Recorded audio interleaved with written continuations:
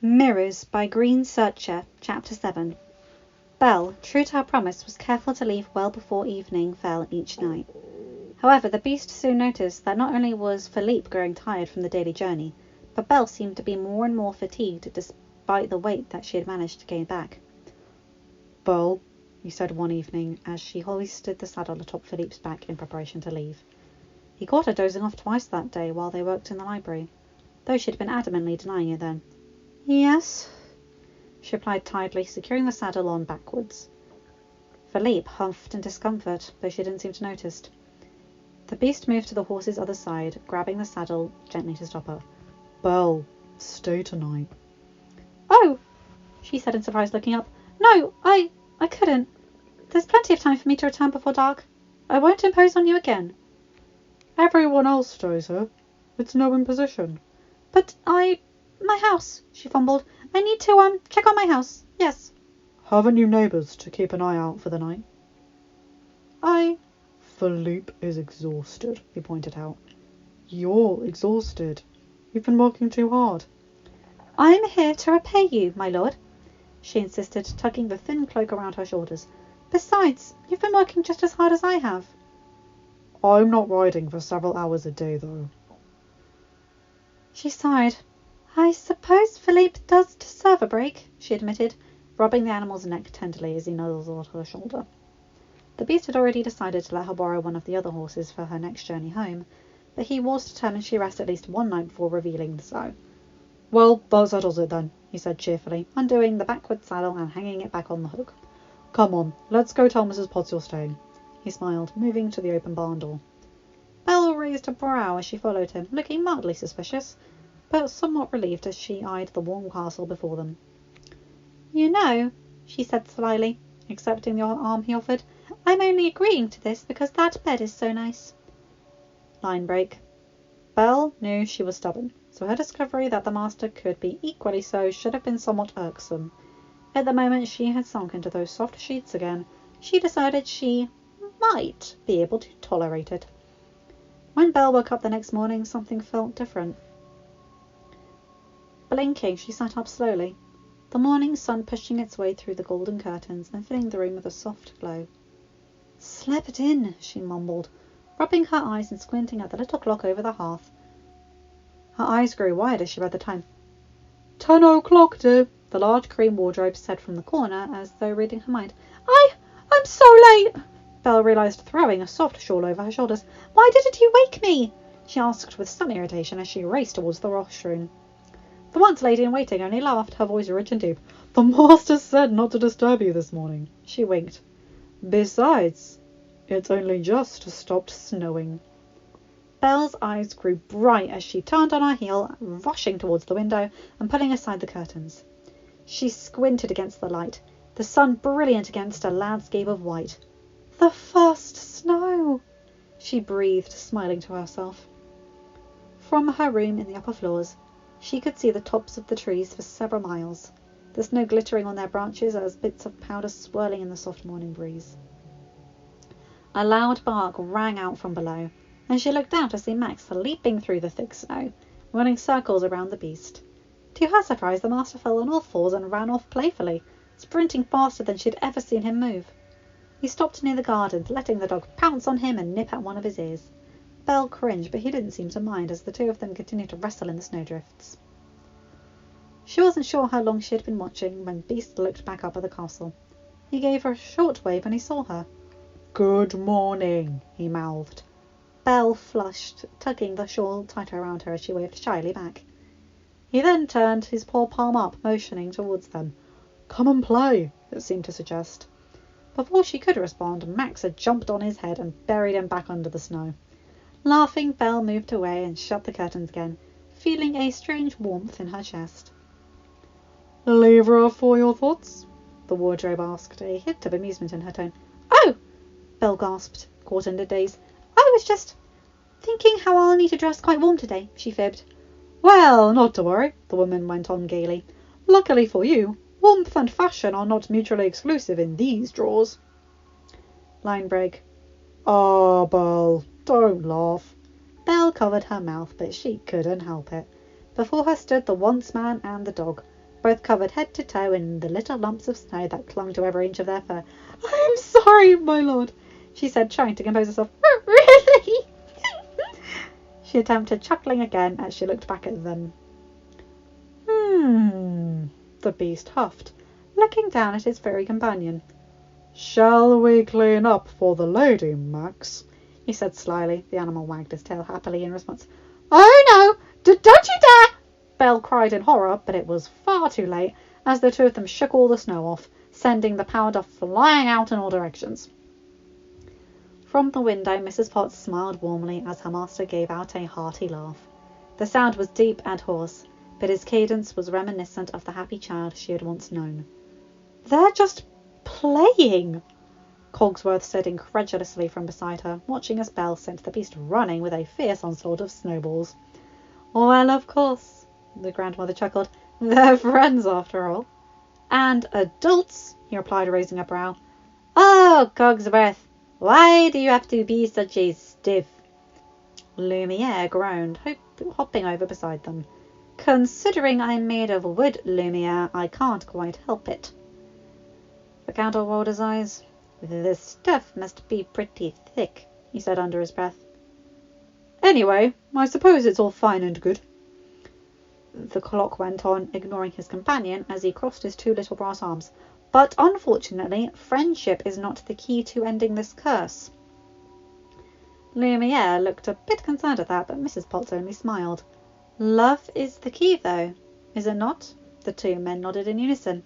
"Well, then, we have nothing to fear," she assured them, "for true love always begins with friendship." Line break. "I don't know, Belle," the master said sceptically. "I'm fairly certain mine will turn out more like a snow demon." Belle laughed at him, the snow ice cold against her back. "Just wait and see. Angels come in all shapes and sizes," she insisted. A happy rumble came from the beast's chest, and Belle dared a glance at the adjacent snowbank. He swept his arms through the powder twice more before stopping and returning his glance. She caught his bright eyes, rivaling the blue overhead. Truly human eyes, she thought, not for the first time. Kind eyes. She looked quickly back up at the sky. "You've seemed quite cheerful lately, my lord," she observed. "Am I usually so glum?" "Not glum," she insisted. "Stoic, perhaps." He didn't seem offended, smiling again as he followed her gaze across the clouds. "Well, things have gotten better ever since..." He stopped abruptly, clearing his throat. "Ever since it snowed." Belle laughed, peeking back at him. "What?" I like the snow." He shrugged, not meeting her eyes. Belle chuckled again, but not unkindly. "So do I," she said sincerely. "The forest looks so beautiful from my home this morning." She flushed, suddenly recalling how she hadn't only been watching the trees from her window. "You thought so?" the master asked, unaware of her discomfort. "Oh, yes," she answered, recovering. "It's quite pretty when it snows in town too, but not nearly so majestic." He sat up abruptly, eyes growing even brighter than before. "You'll love the valley, then," he said earnestly, tail brushing happily against the ground behind him. "From Abel's Peak?" she asked, recalling that time weeks earlier, when he had taken her up to see the changing leaves. When he had grown so upset over her mention of the enchantress. As if reading her thoughts, a sudden look of regret passed over his face. But he quickly nodded. "Yes, the very same. Would you..." He paused again, trailing one claw through the snow as he stared at his palms. "Would you like to go back?" he asked quietly, chancing a glance back at her. Belle's heart skipped a beat, and she had a strange feeling that, this time, things would go differently. "Yes," she smiled. "I'd love to." His ears perked up at that, and he stood, hesitating for a brief moment before reaching over to help her up. As she stood, the beast looked back at where they had just been and chuckled. "I was right," he said with amusement. "Mine looks like something from a horror story." "It does not," Belle laughed, though she had to admit she had never seen a snow angel look quite so hairy before. "Yours is perfect," he went on, staring at Belle's print in the snow for a moment before looking back down at her. Hands still in his, Belle felt his thumb brush over her mittened fingers before he quickly pulled back. We should, eat something before we go, he said nervously, burying his paws in his pockets and moving back towards the palace. Belle pressed her hands against her cheeks, a new warmth burning through the fabric as she mirrored his deep footprints in the snow. After a warm lunch, they set out for the outlook. Belle didn't feel the sense of déjà vu she had expected, for the snow-covered land made the forest feel completely new. She had opted to go by foot this time, for the walk wasn't long and the horses were in need of shoe replacements before braving the icy paths. Belle only slipped twice herself on their way, which she counted as quite fortunate. She had never been as graceful as her counterparts. Careful, the master breathed, a small smile playing on his lips as he caught her arms in the second time in a giant, gentle pause. She felt the heat burning in her cheeks again as he righted her back on the snowy path. What is wrong with me today? Belle thought, wrinkling her nose as they neared the peak. She forgot her embarrassment as they reached the familiar overhang. Oh! Belle gasped, looking out over the valley, now coated in a blanket of white. It sparkled under the winter sun, the lake frozen over and dusted in snow. Better than the autumn? The beast asked quietly. I don't know if I could choose, she replied honestly, moving back as he brushed a patch of snow away from behind their feet with a few sweeps of his paw. He quickly unclipped his cloak, laying it carefully on the damp ground before he helped her sit. She had long since noticed how his mannerisms were reserved, refined, clearly that of a man raised in a great house, and in stark contrast to the coarse habits of the villagers she knew, particularly Gaston's. He was about to sit in the snow a pace away when Belle patted the cloak. There's plenty of room, she said, moving over to make space. He swallowed, but only nodded as he settled down beside her, paws folded carefully in his lap. Can't have you too far away, she teased. I'd rather not slip over this sledge. The beast gave a small chuckle, though Belle didn't miss his wary look as he eyed the edge of the cliff, or the subtle shift in his position to rest a paw on the ground behind her. Maybe this was a bad idea, he muttered, the deep rumble in his chest more noticeable from their proximity. He paused, smirking. I didn't realize you were so clumsy. Excuse me? He snickered, full rows of teeth showing in the genuine grin. But as though he realized he'd let them show, he quickly pursed his lips, though the amusement didn't leave his eyes. Belle pouted in jest. You've become quite the tease, my lord. Well, you know what they say, Belle. She felt him lean a bit closer, warm breath brushing her ear. Don't dish it out if you can't take it, he whispered. Belle grinned. No doubt he was referring to the dozen nicknames she had given him. You know, she said cheekily, I'd stop if you called me your name. He was quiet for a long moment, and Belle was about to take it back when he spoke.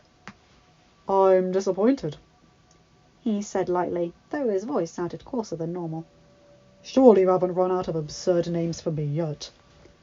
Oh, do not fear, Master Bafule. I've still got plenty, Belle quipped, though she couldn't quite help but feel a little let down. She leaned forward on her knees, staring out onto the winter wonderland which had suddenly lost some of its splendour. She felt him move away and mirror her movements, the change in mood palpable in the air like a thick, choking smoke. Belle chewed her lip anxiously. I've done it again, she realised, wanting to curse herself. Why couldn't I just mind my own... I told you my parents were quite loyal to the church, correct? The beast suddenly asked. Belle raised an eyebrow at his odd question, but only nodded. He rarely spoke of his past, and she wasn't about to stop him now. So, as such, he took a deep breath. They named me after the father of humanity. Belle didn't speak for a long moment, as realization washed over her. Adam, she breathed at last. Your name is Adam. He nodded slowly. Ironic, isn't it? He said, a forced smile crossing over his face. To be named for the Earth's fast man, while in this form? That's not fair, Belle frowned. Surely that can't be why you gave it up. He sighed. Not entirely, but it gave me a good excuse, I suppose. An excuse? She asked, her frown deepening. He shrugged. I changed too much. And not just this. he explained, sweeping a hand over his torso, a look of sadness crossing his face, as he looked down at the treetops below. That change is normal, Belle said, in an effort to reassure him. Good, even. He shook his head. I don't think I changed for the better, he confessed. I'm not where I thought I would be. Who I thought I would be. He looked over at the landscape, casting his eyes down towards the distant unseen villages. Doing what I should be doing. Belle suddenly realised what he must mean. His interest in the library's political history. The questions he would ask about the condition of the village. His fury over the school system's discrimination. Perhaps he felt he had abandoned his people. He was a prince, after all, as easy as it was to forget at times. Belle pursed her lips as she looked back at him. He looked terribly crestfallen, and she longed to say something that would help. He had been so happy that morning, and she feared that she had sent him back into the darkness that so often seemed to consume him. Sucking in a breath, she sat back straight, with placing 2 hands on her hips. Well, I think you've done amazing given your circumstances. He looked back at her quickly, blinking in surprise. You do? Of course. From what I understand, you've been managing this entire palace on your own for years. You treat your servants like family, and you're always willing to help wherever you're needed, she said earnestly, thinking back to that first week when she had caught the master of the castle out working in the fields. I guess, he shrugged, a small smile tugging at the corner of his mouth. It fell as quickly as it came, however. I didn't really have much of a choice, though. Not after. He trailed off, looking away nervously. Belle frowned. She knew he was talking about the night of the curse. She had spoken with enough of the servants to have a vague idea what occurred, but none of them seemed to know much beyond the mysterious disappearance of their king that night. Please, she breathed after a minute of silence. Won't you tell me what happened? His breathing quickened for a brief moment, but to Belle's relief he nodded. Yes, he said quietly, looking back at her. I will. Flashback, and again I think this might get quite intense, but not as bad as last chapter, so just so you know, just in case, okay? Okay, here we go. Papa! It's all right, Adam.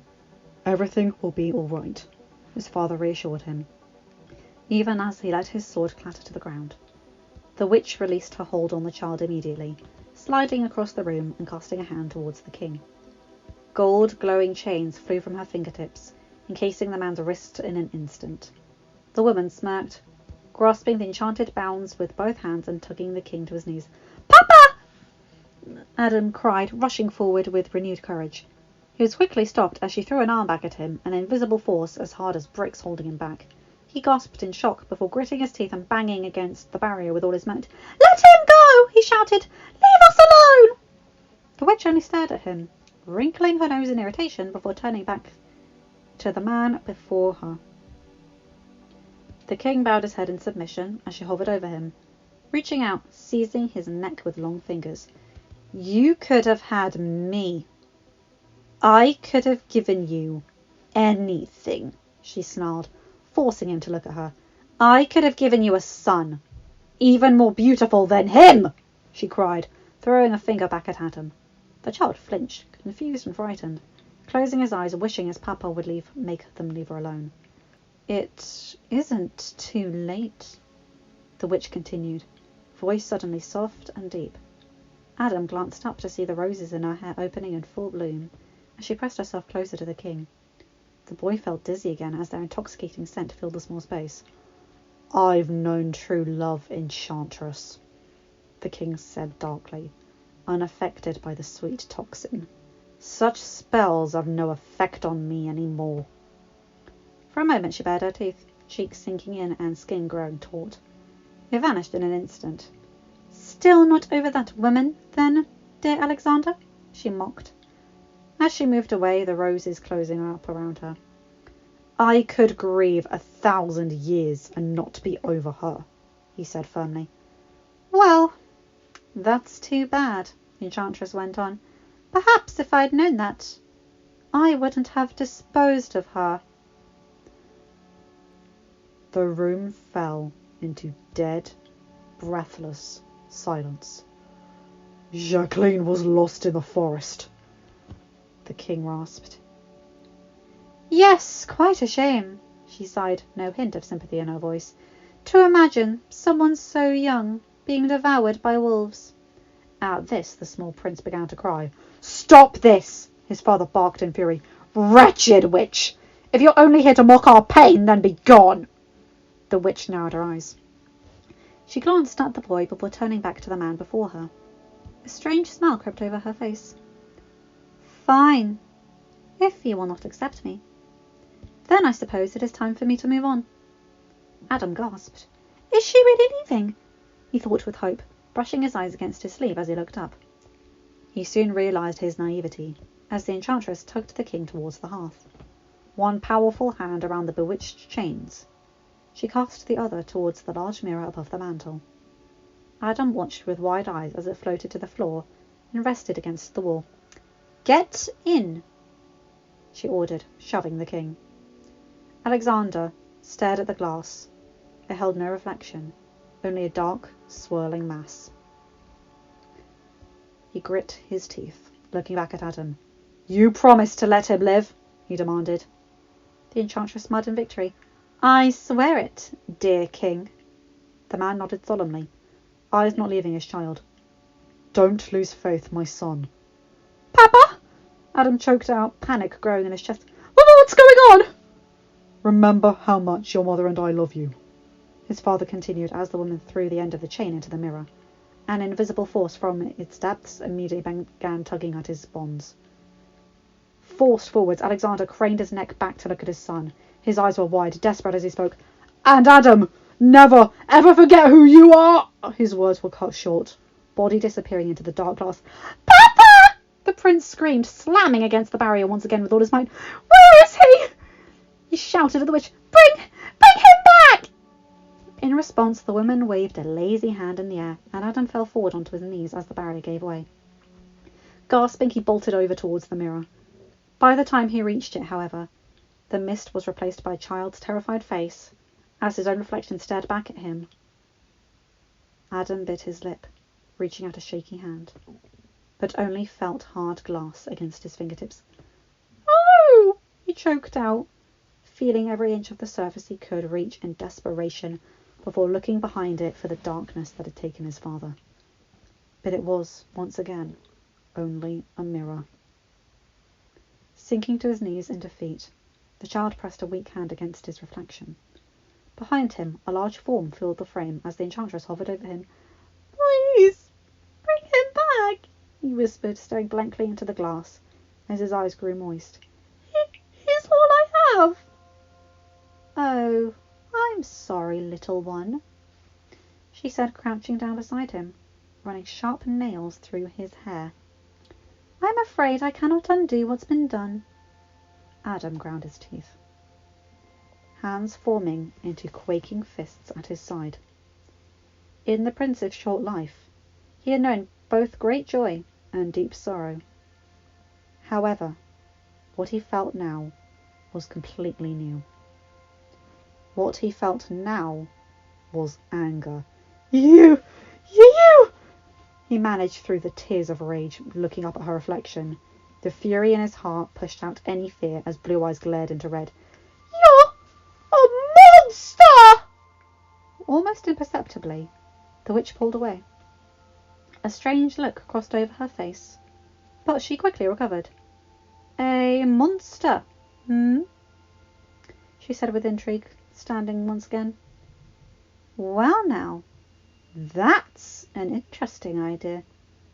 Adam barely registered the hand gliding over his form as a wave of fatigue overcame him. In fact, by the time he came to, he was lying on a rug beside the dying fire, staring at the oak-panelled ceiling of his father's office. The memory washed over him in an instant. Please be a nightmare, he thought desperately, rolling onto his knees and looking up.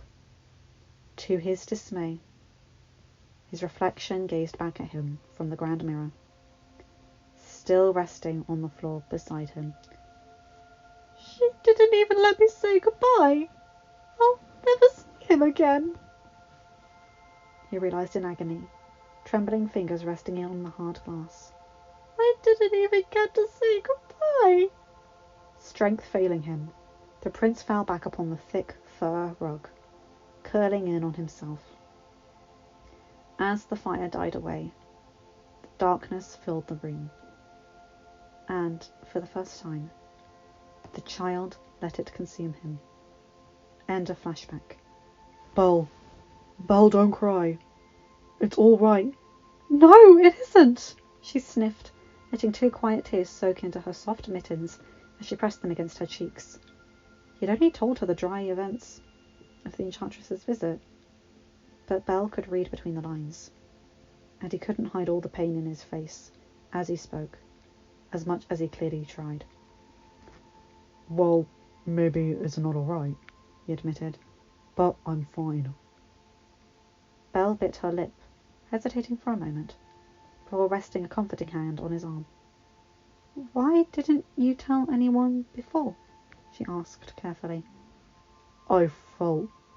He sighed, staring absently and at where her hand rested. I thought it was my fault. If it weren't for me, my father could have defeated her. I'm sure of it. He had done so once before I was born. But because of me, he gave himself up. Whatever terrible things happened to him, it was my doing. But you were only a child, Belle said earnestly. No one could have expected you to... I know, he said quickly. I understand that now. But after so long without speaking about it, I suppose it was just easier to keep myself. He shrugged. Belle felt a sharp pang in her chest, thinking of everything he had been through because of one spiteful, capricious witch. If I ever get my hands on that woman, she muttered, clenching her hands tightly, why, I'll... To Belle's shock, she heard a small snort from beside her. What? She asked indignantly. You have a brilliant mind, Belle. You do, he stated, the hurt in his eyes replaced by a warm amusement. But very, very unintimidating fists. This isn't a joke, Master Adam, she cried, even as a small smile tugged at his lips. He sobered immediately. No, he rasped. No, don't call me that. I'm sorry, Master. Belle backpedaled, paling in embarrassment. I thought, since you told me you're... No, Belle.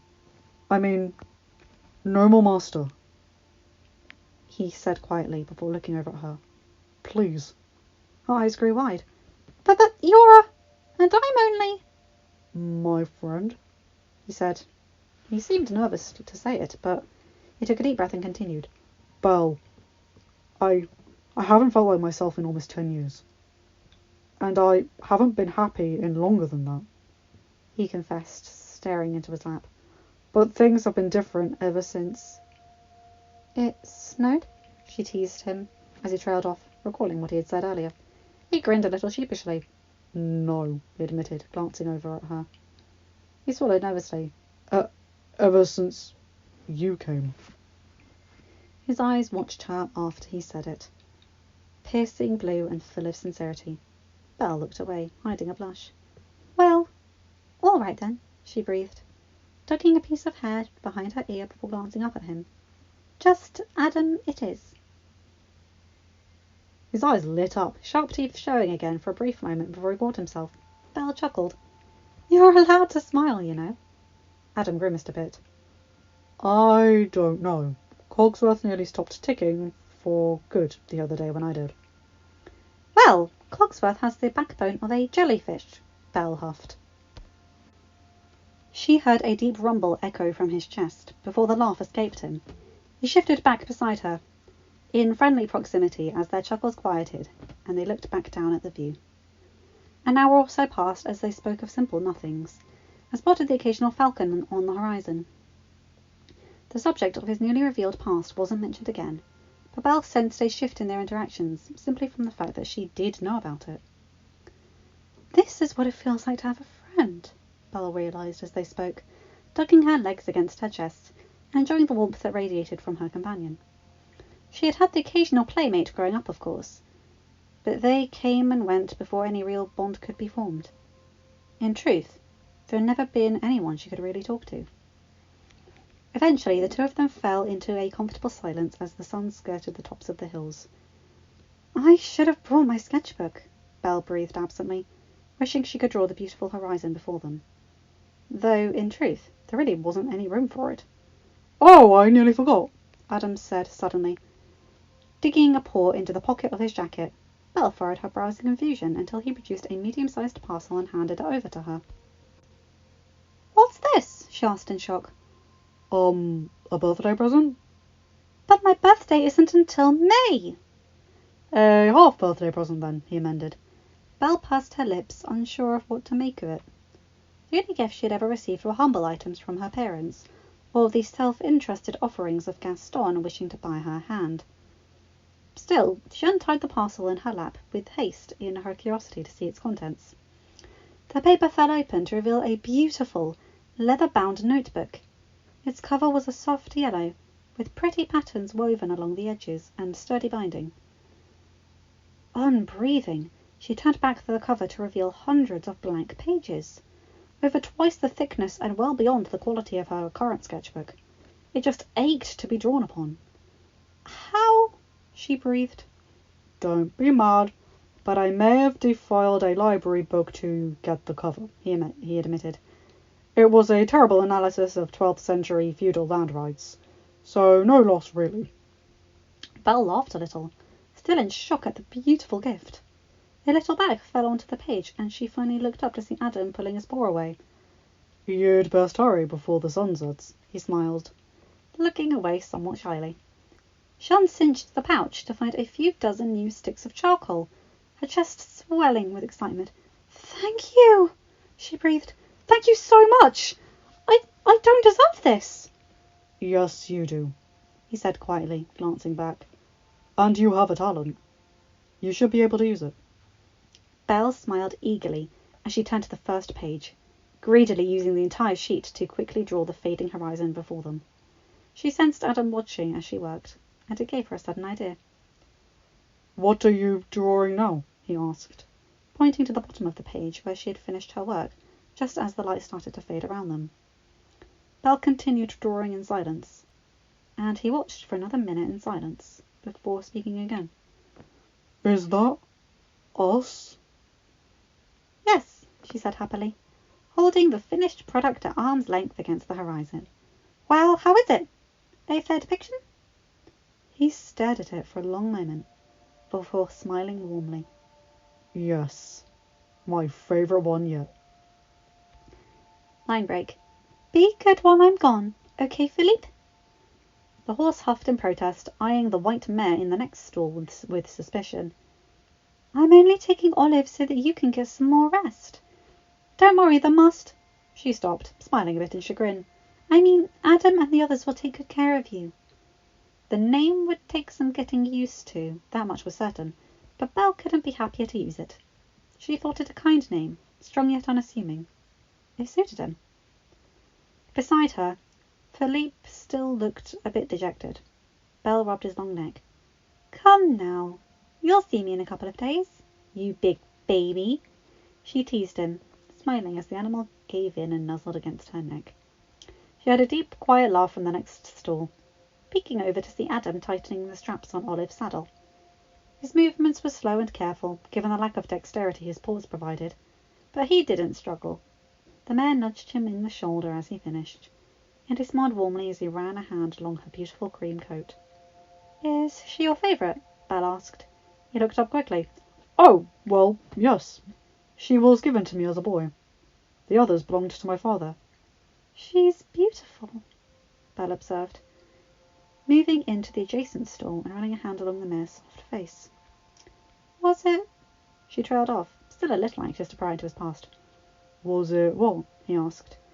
I was just wondering, was it hard for her to adjust after you changed? Oh, he shrugged, unoffended by the question. Well, no. My transformation wasn't exactly instantaneous. Belle raised her brows in suspicion. It wasn't. He hummed, looking suddenly uncomfortable as his tail twitched against the ground behind him. You know the process where boys He cleared his throat. You know when boys, where they become men? Ben grinned in amusement. Puberty? She prodded. He seemed to pale a bit up beneath his fur, as if such a thing was even possible. Ah, yes, that. Well, let's just say I didn't change into a man. Belle's eyes widened in shock. Sacre bleu! That must have been terrifying! He laughed a little awkwardly. Yes, terrifying is a good choice of words. And I thought Mother Nature's visit was bad, Belle thought, realising her growing up was a breeze compared to him. Did it hurt? She asked carefully. Well, yes. These mainly, Adam said, pointing to his fangs and then up to the long horns emerging from his temples. And these. The rest was just bones rearranging, I guess. Belle cringed at the thought, but he only shrugged. I don't really have anything to compare it to. Does growing up normally hurt? He asked, seeming genuinely curious. A little. Growing pains here and there, Belle explained. I grew about 3 inches one summer alone, she went on. I swear I felt it happening, though it wasn't too bad. You grew that much? He asked suddenly, looking amused. But you're so... She frowned. I'm so what? He grinned a bit. So short. What? She cried. I am not. I'm the tallest girl in our village, she said, placing her hands defiantly on her hips. And I'm taller than plenty of the men too. Really? He asked in genuine surprise. Well, you're just huge. It's not a fair comparison, she huffed, trying to nurse her injured pride. Adam only laughed again. I guess so. My apologies, mademoiselle, he teased before moving away. Belle tried to remain irritated, but she could only smile and shake her head. I shouldn't encourage him, she thought, realising the teasing was probably just going to get worse. Walking Olive towards the barn door, she stopped to retrieve her cloak. Just before she did so, however, she felt something over her shoulders. Reaching up, she felt soft furs attached to a warm, heavy fabric. What's this? She asked in surprise, turning back as Adam pulled his paws away. He shrugged in innocence. I can't take this, she breathed, feeling the fine stitching of the deep blue cloak. It must have cost... Well, she had long since stopped trying to guess the worth of things in this place. Well, it's not as though I'm ever going to wear it, he joked. Adam, I'm serious.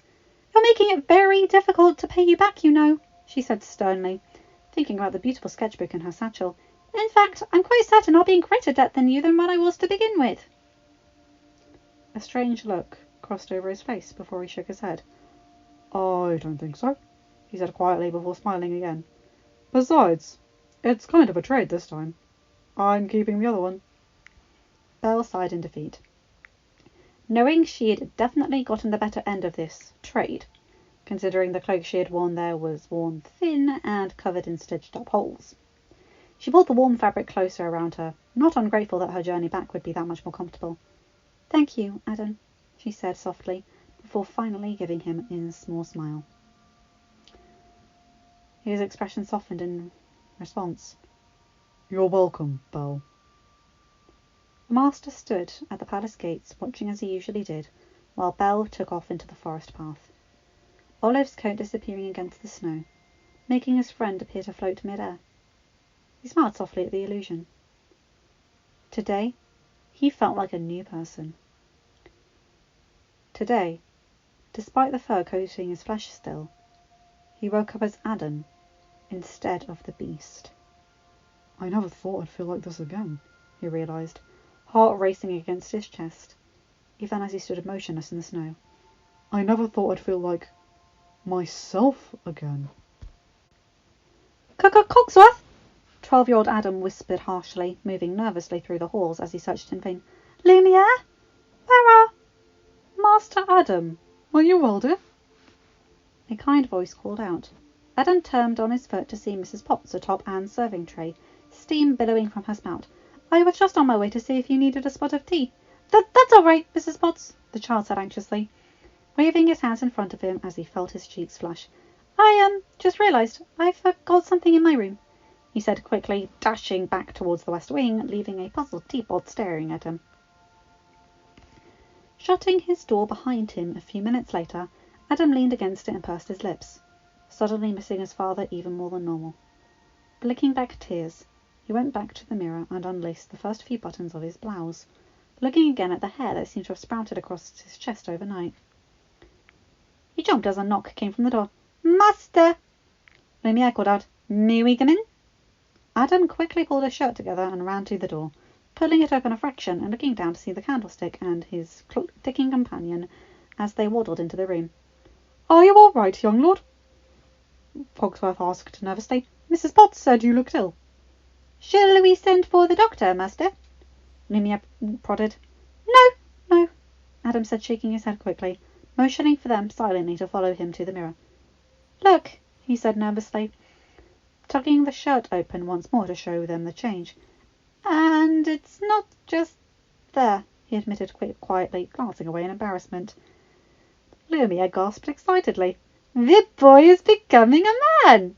he exclaimed. "I am?" Adam asked, looking back at himself with hope.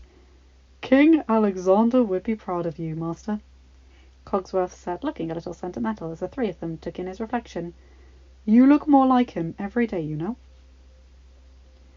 Adam rubbed the last bit of anxious moisture from his eyes before looking at himself with a new pride, wondering if what Cogsworth said was true. His elation was short-lived, however. "Are you sure this is normal?" the prince asked anxiously a few weeks later, the hair now covering him head to toe, crawling out of the edges of his collar and starting to grow between his fingers. He had long since stopped trying to shave the dark beard that now sprouted up from his cheekbones and over his brow. Lumiere, Cogsworth and Dr. Mathias only looked at each other in bewilderment. The worst part, however, was when the fangs grew in. Adam didn't sleep at all when they did, the pain keeping him awake throughout the night as his gums bled and his skull seemed to reform itself as two small horns poked out through the skin. One of these miserable nights, after he had dismissed the servants trying to help, he sat on the floor in tears, eyes pressing into his palms as he tried to understand what was happening. Of course, it was at this moment that she appeared. Adam looked up at her as a vicious laugh rang from the quiet. "Oh my! You really are hideous." Instead of fear this time, however, the boy pushed himself up onto firm feet, glaring at the witch as she stood on his balcony. "You!" he growled, voice already deeper and rougher from the changes. "Oh, don't be like that," she sighed, sweeping into the room. She looked the same as she had 2 years prior. The same forest green dress, the same red lips, the same venomous roses woven in near white braids around her face. "I thought you'd like an explanation, after all." Adam ground his teeth by old habit, flinching as one long fan dug into his upper lip. "What did you do to me?" he rasped, staring down at the short claws on his fur-covered hands. He felt a new strange desire to use them on the intruder. She moved towards him on graceful feet, backing him against the footboard of his bed. "Why, I've made you my little pet, dearest." Adam felt suddenly sick as the powerful woman towered over him, her blood-red eyes roving over his new form. "Ah, good. That spell seems to be coming along nicely. Never have done this one before, you see," she said, tugging softly on the fur on his neck before feeling the tip of one horn. "Stop it!" he gasped before eyeing the enchanted roses in her hair as they graced his cheek. He froze, holding his breath, yet refusing to look away. Yes. Using the body's natural growth cycle to push it along seems to be working quite well," she went on, before frowning deeply, expression growing dark as she caught his piercing glare. "Though you still have her cursed eyes. How irksome," she huffed, finally pulling away. Adam sucked in a breath, regaining a bit of his courage. "Change us back!" he demanded, clenching his fists to hold the trembling at bay. "You can't leave us like this!" She only laughed. "You act as though you still have authority, foolish child. But you're not a prince anymore." The beast child swallowed, looking at the floor. "I know," he said roughly, thinking of the kingdom taken away from him, the crown he'd never wear, the people in northern France he'd never be able to protect. "But I'm still the master of this castle, and I can still take care of my friends." "I suppose that's true," For a decade or two, anyway. She shrugged. The young master frowned. What do you mean? Like yours, their transformations aren't yet complete, she explained, running a finger along the dresser's top, picking up a small, inanimate candlestick before setting it back in place. Eventually, they'll all turn into real objects, and they'll... Oh, what do you call it? She asked, snapping her fingers. Oh, they'll die. No, Adam gasped, staring at the floor in shock. Don't worry.